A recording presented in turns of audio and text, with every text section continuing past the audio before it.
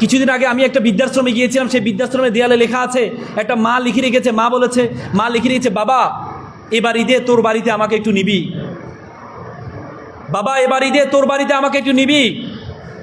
একটি ভয়ঙ্কর ভাষা, ভয়ঙ্কর ল্যাঙ্গুয়েজ ব্যবহার করেছে।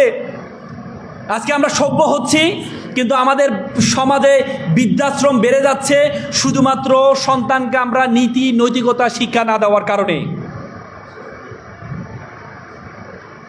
আপনি কখনো দেখেছেন একজন মাদ্রাসার আলেম, একজন মসজিদের ইমাম, একজন মাদ্রাসার শিক্ষক তার মাকে বৃদ্ধাশ্রমে রেখে আসতে? আপনি কখনো দেখেছেন একটা পুরোহিত তার মাকে বৃদ্ধাশ্রমে রেখে আসতে? কিন্তু আমি থাউজেন্ড অফ স্টোরি আপনাদেরকে দেখাতে পারবো। বিসিএস ক্যাডার, আইপিএস ক্যাডার, সে তার মা বাবাকে বৃদ্ধাশ্রমে রেখে আসছে। ডাক্তার তার মা বাবাকে বৃদ্ধাশ্রমে রেখে আসছে।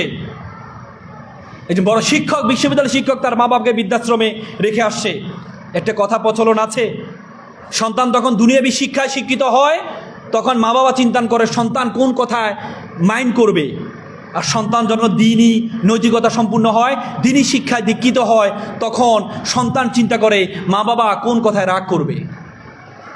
সুতরাং আজকে যদি সন্তানকে আমরা মোরালিটিতে শিখাতে পারি, তাহলে সন্তান কখনো পথভ্রষ্ট হবে না। একবার একটা ছেলে সফল হয়েছে আমেরিকাতে, ইঞ্জিনিয়ার। তার বাবা মারা গিয়েছে। বাবা মারা যাওয়ার পরে মা ফোন দিয়েছে যে বাবা তোমার বাবা মারা গিয়েছে, তোমাকে যেভাবে হোক চলে আসো।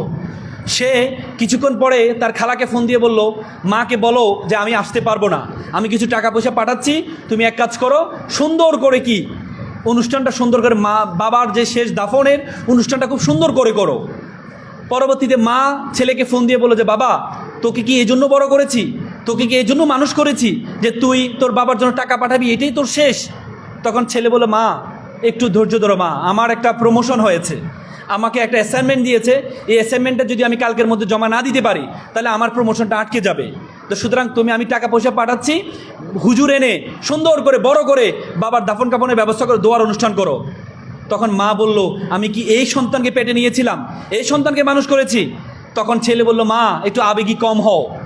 আমি যখন ক্লাস 4-এ পড়ি তখন আমার দাদা মারা গিয়েছিল, আমি দাদার লাশের পাশে কান্না করছিলাম, তুমি আমাকে জোর করে স্কুলে পাঠিয়েছিলে, তুমি আমাকে বলেছিলে মৃত্যু মানুষ বরণ করবেই, এটাই স্বাভাবিক, বৃদ্ধ হলে মানুষ মারা যাবে, কিন্তু ক্যারিয়ারের সাথে কোনো কম্প্রোমাইজ করা যাবে না। তুমি আমাকে ছোটোবেলা শিখিয়েছিলে ক্যারিয়ারের সাথে কোনো কম্প্রোমাইজ করা যাবে না, আমি সেটি শিখেছি। আমি এখনও মনে করি তোমার সে কথাটা আমার মাথায় এখনও গেঁথে আছে যে ক্যারিয়ারের সাথে কোনো কম্প্রোমাইজ করা যাবে না। তো সুতরাং আপনি আপনার সন্তানকে যেটি শিখাবেন সন্তান সেভাবে বড় হবে। এটিকে বলে লার্ন বিহেভিয়ার। একবার একটা ছেলে খুব ভালো আচরণ করে, স্কুলের শিক্ষকরা জিজ্ঞেস করলো তুমি এত ভালো আচরণ কিভাবে করো? তখন সে সন্তানটি বলল যে আমি ভালো আচরণ, আমার পরিবারের সকলেই এভাবে আচরণ করে। তার মানে শিশুরা শিখে লার্ন বিহেভিয়ার, আমাদের বিহেভ থেকে শিখে, আমরা কি করি, আমরা কি বলি, আমরা তাকে কিভাবে অ্যাপ্রোচ করি। তো সুতরাং আপনাদের প্রত্যেকের যেই পরবর্তী জেনারেশন আসবে এটি নির্ভর করবে আপনি কতটুকু মেধাবী, আপনার মেধা আপনার মাথায় আপনি কতটুকু ঢুকিয়েছেন সেটার উপর নির্ভর করবে। তার চেয়ে বড় কথা হচ্ছে আপনাদের আজকে you must mind it, this is the beginning, you must mind is the beginning, the very very beginning of your journey. আপনাদের জীবন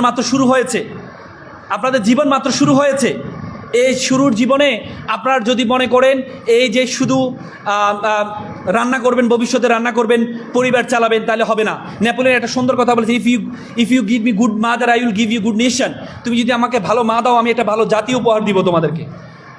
যদি আপনি একটা ভালো মা হওয়া যায়, একটা শিক্ষিত নৈতিকতা সম্পূর্ণ মা হয়, তাহলে তার সন্তান নৈতিকতা সম্পূর্ণ হয়। আজকে মাদ্রাসার বিভিন্ন সময় তোমরা দেখো যে মাদ্রাসার মানুষদেরকে একটু অন্যভাবে মানুষ তাকায়, ঠিক না? বলে যে ধনীর ছেলেরা মাদ্রাসায় পড়ে না, গরিবের ছেলেমেয়েরা মাদ্রাসায় পড়ে, কিন্তু এটা সত্য।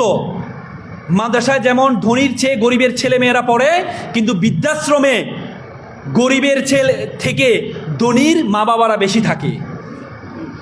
কথা সত্য কিনা?